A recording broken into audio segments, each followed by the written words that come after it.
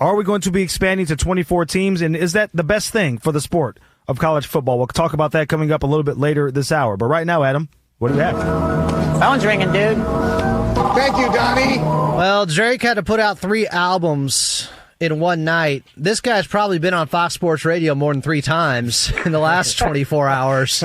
It is our friend Mark Medina at @MarkG_Medina, NBA reporter, analyst, and expert here who knows quality over quantity. But also, if you can do both, why not? Yeah. If you got it, show off. So, Mark, thanks for doing this once again here on Fox Sports Radio. Yeah, thanks for having me. And I guess, like Drake, we're going to throw some shots at LeBron tonight, right? Okay, was it that big of a shot? I mean, there was a lot to unpack with 3 albums and 43 songs, and I did skim through all 43 and just reviewed it in the last segment. Are you a big Drake fan, Mark? I'll be honest, I'm not. I definitely took Kendrick Lamar's side with the diss track. That's right. As you should. You should.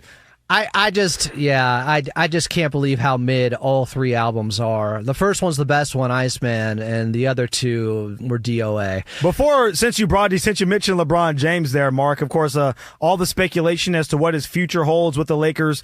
Before we get into that, they talk about what Dave McMenamin wrote for earlier this week about an issue with LeBron and whether or not he felt underappreciated by the organization because they didn't give him credit for picking up the most wins in NBA history from an individual player, and instead they praised J.J. Redick. Have you gotten a sense in people you've talked to that there was ever a rift between LeBron and the Laker organization early in the season, and whether it was mended, and just your general thoughts and what you know about the LeBron James and the inner workings of his relationship with the Laker organization and how that can affect whether or not he comes back next season? Yeah, well, first the anecdote that Dave McMenamin reported, it's real, but as Rich Paul stressed on his podcast, it's more of an annoyance than something that threw him off the deep end. I think it represents a bigger picture that, frankly, ever since the Russell Westbrook trade went down, there's been a disconnect between the Lakers front office and LeBron James and people around him. And the reason is, from the Lakers front office point of view, they feel like LeBron put on a lot of undue pressure for them to get Russell Westbrook after they had already, gotten basically officially done with getting Buddy Hield in a trade. And from LeBron James's perspective, it was about, hey, Russ has been talking to Anthony Davis and me. I've talked with Damian Lillard and DeMar DeRozan as well. Here's another voice, and want to make you aware that he's interested in going to the Lakers. And so from his point of view, it was about, as the star player, just making the front office aware that Russ is available and do what you see fit. And, it's always the front office job to weigh any feedback and make decisions that they agree with or not. And so since then, outside of obviously the Lakers drafting Bronny James, which was, a favor to LeBron, LeBron and his folks will say that they've made a point to not share what they think the front office should do other than, hey, do whatever you need to do to help maximize our chances of, winning a championship, only because they fear that if any move backfires, then they'll implicitly say that, yeah, well, this is what LeBron wanted. So when you connect the dots here, it's 2 parties that are right about things, but also shows that ego gets in the way and they don't want the blame and they're worried about the politicking here. And how this pertains to the big picture with this season and what's next is, to be clear, LeBron embraced his role as a third option.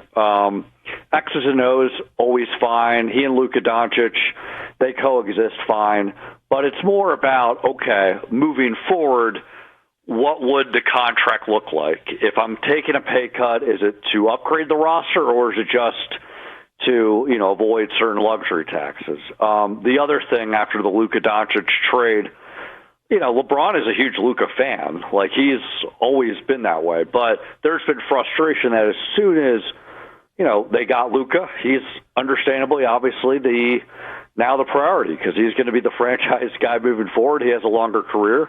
But there was frustration that, now the moves that they're calculating, even though they say they want to win championships, it's more about long-term than thinking, okay, we got to put all our chips to try to win now. And for LeBron's perspective, it is, well, you don't know how many years I have left, so you should go all in. So all those things are the sources of, frustration and all that, as opposed to, oh, I didn't get the game ball. Mark Medina is our guest here on FNA on Fox Sports Radio. Mark, what's your best guess on whether or not LeBron James will be putting on a Lakers uniform again? Well, it's unknown. For what it's worth, I'm told, and I want to be clear with this because I don't want to get this misinterpreted, but, the LeBron said after the game, he's going to consult with his family. That's something that people around him, emphasized that, look, as much as it's a basketball decision, it's a family decision. But at the same time, it would be a huge stretch for anyone to then say, his wife or any of his kids are going to be the main factor or the number one factor on where he goes. It's a culmination of everything, but it does matter what his contract's going to be. It's going to matter what the basketball fit is and what the roster construction is. So as much as the family part is a variable because he's settled in L.A., he's getting older in age. He's very well aware that he spent literally 23 years in the NBA while his kids were growing up and spending time away from his wife, Savannah. The basketball part still matters. Money still matters. So with all that said, I do think that he comes back, and he comes back with the Lakers. But everything can change. The reason why I think he comes back with the Lakers is that it helps that if he's going to sacrifice his role, Luka Doncic is a player that he respects. And if he's going to take a relative pay cut, and I say relative, it's not $52 million to now that minimum, I think he's willing to do that if it then involves the Lakers upgrading the roster. And it's not just about retaining Austin Reeves, because they could give Austin Reeves as much money as they want without it hurting the cap. It's about everything else. And I think when you're looking at other positions here, he goes to the Warriors. Yeah, that's fun in games. He plays with Steph Curry after their opponents, through all those finals runs and, in the Olympics. But you know how that goes. If he goes to the Warriors, what's going to happen is if he wins, he doesn't get credit for it. If he loses, he gets blamed for it.